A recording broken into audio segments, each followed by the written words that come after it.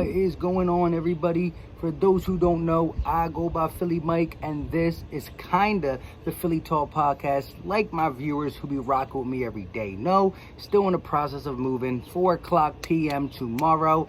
Sign on a dotted line, get the key. I'm in there. So I'll be hooking up my spot throughout the weekend, and we'll be back to the regular either Sixers and Eagles background or a green screen or something along these lines. We might get the microphone up and working. I don't know. We're going to do big things for the channel going forward. But today, we're going to talk about the 76ers. More importantly, Joel Embiid and his mindset. So, if you're new to the channel and love talking Philly sports every single day, hit that subscribe button.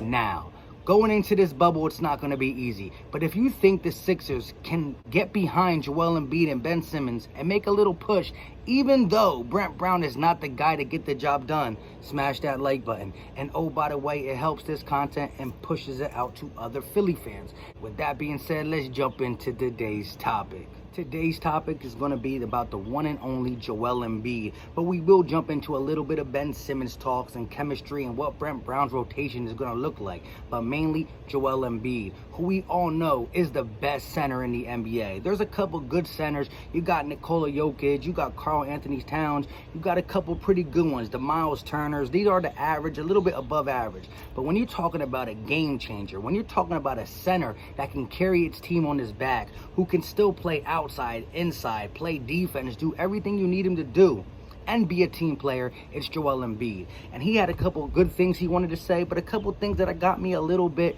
scared of him being the guy that we got to lean on in crunch time with how he's really feeling. Let's start for one. He is not a fan of this bubble. He's just not. He's scared about the COVID-19, and I understand, some people can say, you know what, just be safe and go about your day.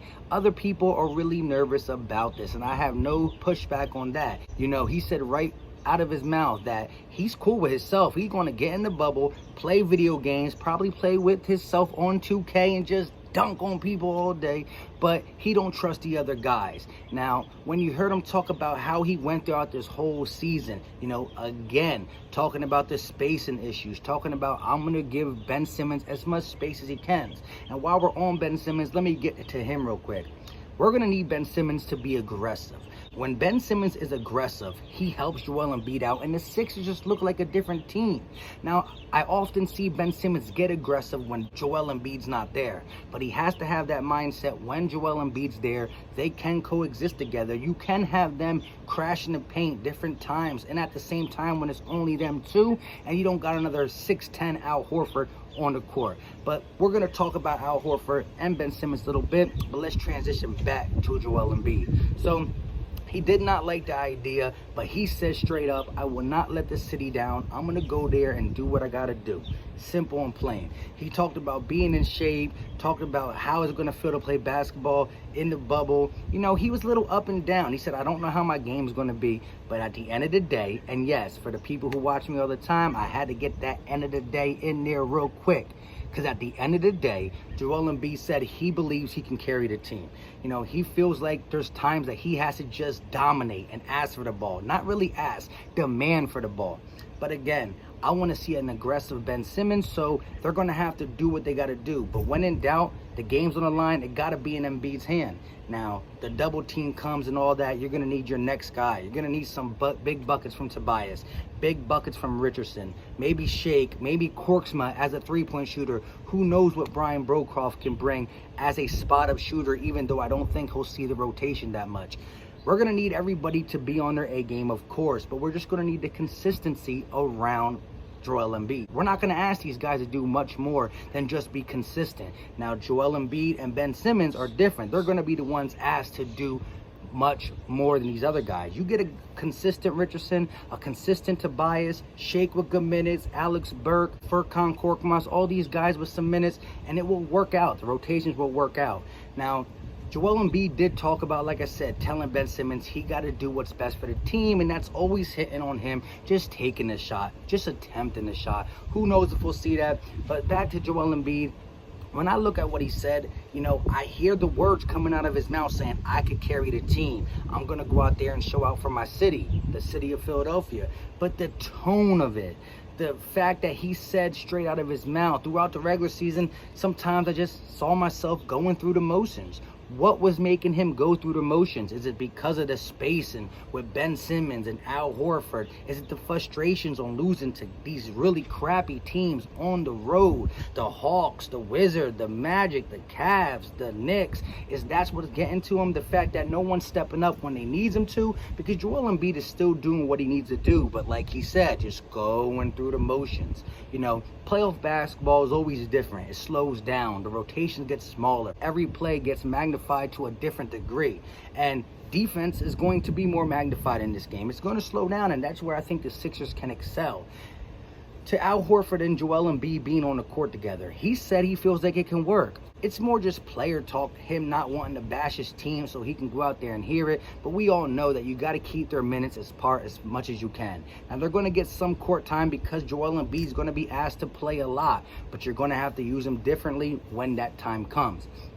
As for Brett Brown not doing it to like 50 games, I understand that as a sense of he should have did it earlier. But with the organization, whether it's Elton Brand or Brett Brown, the fact that they gave this guy a max contract, they had to try everything in their power to make it work.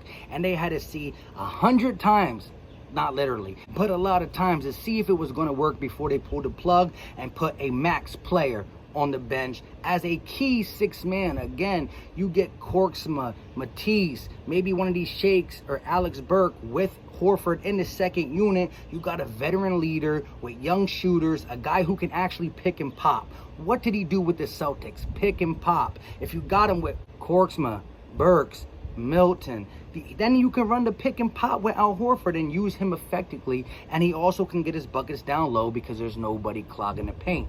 See, maybe a guy like Ben Simmons who plays a lot of minutes, you can also use him with Horford, but you got to try to maximize keeping Horford and Embiid off the court as much as possible. Again, when I look at this whole situation, I'm excited because I do not know how the Sixers are going to feed off this mutual core. Could it help them? Could it hurt them?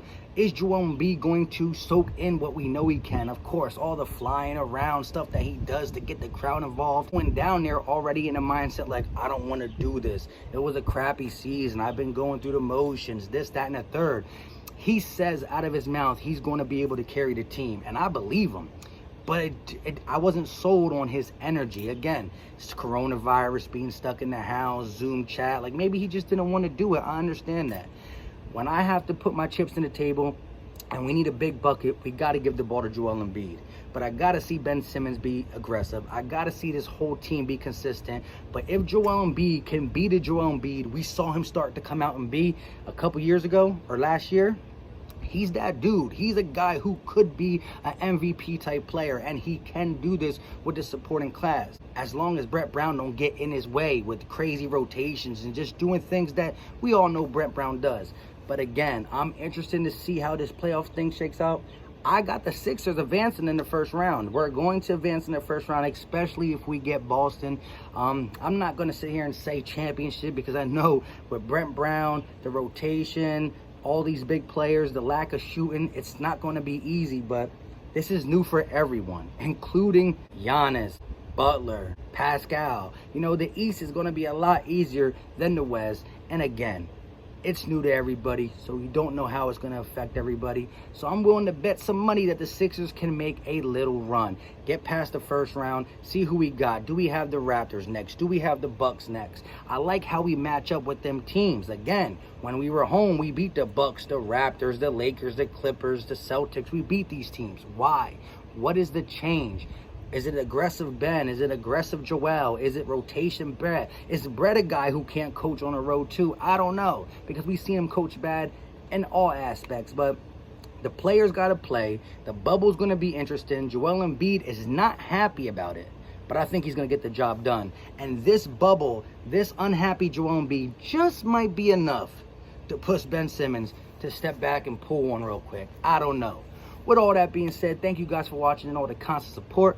Appreciate you guys 100%. Let me know in the comment section, how do you feel about Joel Embiid's Zoom call? If you haven't seen it, type on YouTube, Joel Embiid Zoom call. Let me know what you thought of his attitude, what he said, and can he carry the team with this roster around him with Brett Brown as his coach? Let me know in the comment section. Until next time, you know what time it is. We out.